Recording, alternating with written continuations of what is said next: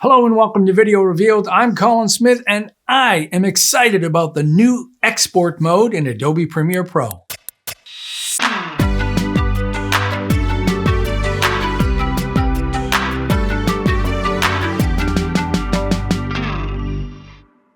All right, so Adobe has updated the import mode, the export mode, the whole header bar, lots of big updates in Premiere Pro, and I've got lots of tutorials on everything. Now we're going to look at the export mode, and I think it's nice the way it's rolled everything into one large export window instead of that resizable window that it was just a mess. So in the top left of the screen in the header bar, there's three modes: the import mode, which we've looked at in a previous tutorial, edit mode, which is the same as what we've been doing when we're editing, and the new export mode. I've got two timelines here. I've got this one here, and I wanted completely different imagery so you could see two different sequences. Depending on which sequence I have selected here, or what I have selected here, including media, none of this has changed. In the past, you could select multiple clips, multiple sequences, and hit the export mode, either by File, Media, Export in here, File, Export, Media, Control M or Command M on the Mac. All of that still works. Okay, but I'm just going to concentrate on this sequence here and click on the export mode at the top. And the first thing you'll notice is a very large screen with a play knob right there. Oh my goodness. This has been a very long time request for editors, where in the previous version, you could scrub to a frame, but you couldn't play it back. Sometimes you want to see the exact video, and if you're unsure of the timeline, you might have to go back and play it, and oh yeah, that's the one I want. But now you actually can play it. You've got frame ahead, frame back, and set in and out point modes. The left and right arrows on the keyboard work. JKL scrubbing works. So all of that works as you'd expect. Now let's finish up in this bottom and then we'll go to the top left. There's a range here, the entire source, the in and out. So if you have set an in and out, then you will see it here. Unfortunately, right now, the playhead doesn't jump in the player here. It doesn't jump to the in point where you have it, but it will only export if you have that selected. It'll only export out the stuff that you have selected.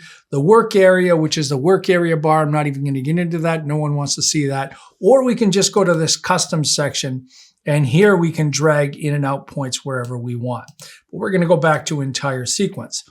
The other thing I like is down here, look at how easy it is to read. This used to be jammed in such a tiny section in the dialog box that you're trying to look at what's it going out to? What was it? Now you can clearly see, there's my source, 1080, 25 frames a second. Here's my output. I'm going out to H.264. I'm using my NVIDIA card to encode this at high speed. There's my estimated file size. And just like before, we've got the scale to fit that used to be hidden in the top left. So this whole player area in here is just so much nicer. Now let's talk about all the different ways we can export, including the ability to export to every single one of them at one time. So it starts by a media file. So this is when you're exporting a media file. And if you click on these three dots, you can add another media file destination down at the bottom. So this is one file going to multiple different output formats. I'm just going to get rid of that. And to get rid of it, click on these three dots and delete that one. If you click on the dots on any of the other presets, you can't delete that because those are the default ones. But back in here into media, when you turn these buttons on, you're exporting out to that media. If you turn on YouTube, then you're also exporting to YouTube, which I'll show you in just a second. But let's go back to media. At the top is the file name, which is the name of the sequence that I'm using. I'm just going to take that off of it. This is the location of where you're exporting it. Click on it and you'll get to choose that location. And the presets and format are here. And this is the presets for that format. So by default, it's choosing high quality 1080p HD and H.264. You can click in this menu and choose every single one of the other formats that you typically are used to. So if we go to something like QuickTime, then we get to see all of the QuickTime formats in there. Click on these three dots to save a preset, import presets, and go to more presets. I'm going to have a whole other tutorial about the new organizing of presets. It's so much better. You still have to create them in this mode. You can create them in Media Encoder too, but here if I made changes, I could save this as a new preset. Let's go back to our H.264.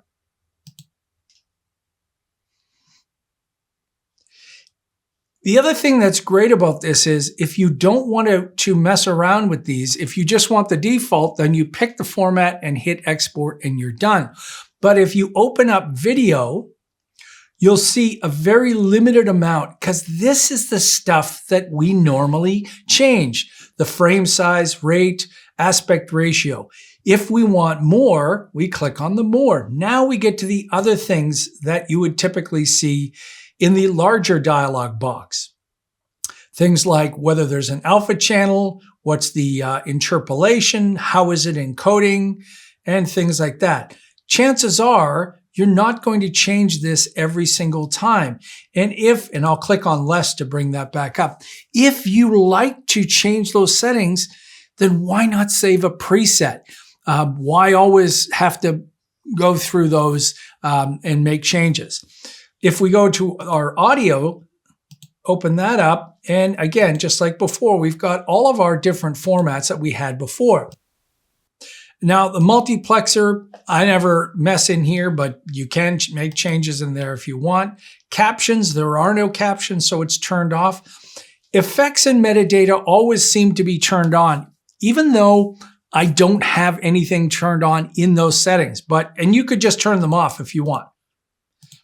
But effects are turned on, and these are things like adding a LUT or an image overlay, which you can do very easily here. Same with metadata. You can set how the metadata is being exported. Not all formats accept metadata in the actual media.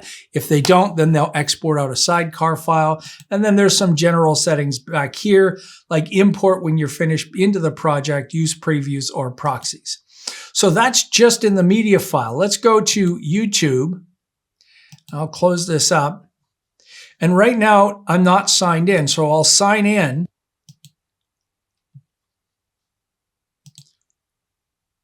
So now I'm signed in. So you authorize this in the browser, and now I can see the channel that I'm adding. And I could add another channel if I want.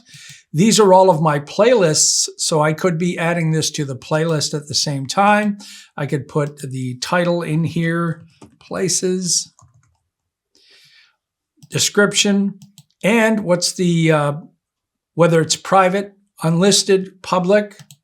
I can add my tags in here, and if I had those in a text file, I could copy and paste them. I could use an image file for my thumbnail, or I could use a current frame, or I could scrub along here and find a frame. So if I want to, I could use that current frame. And I can tell it to delete the file after the upload. I never do this. I've kept every single one of my exports out. I don't know why, I just do. H.264 isn't that big, but you could have it, export the file, upload it, and then it will delete that local file. Of course, if you needed another version, you just export out another one.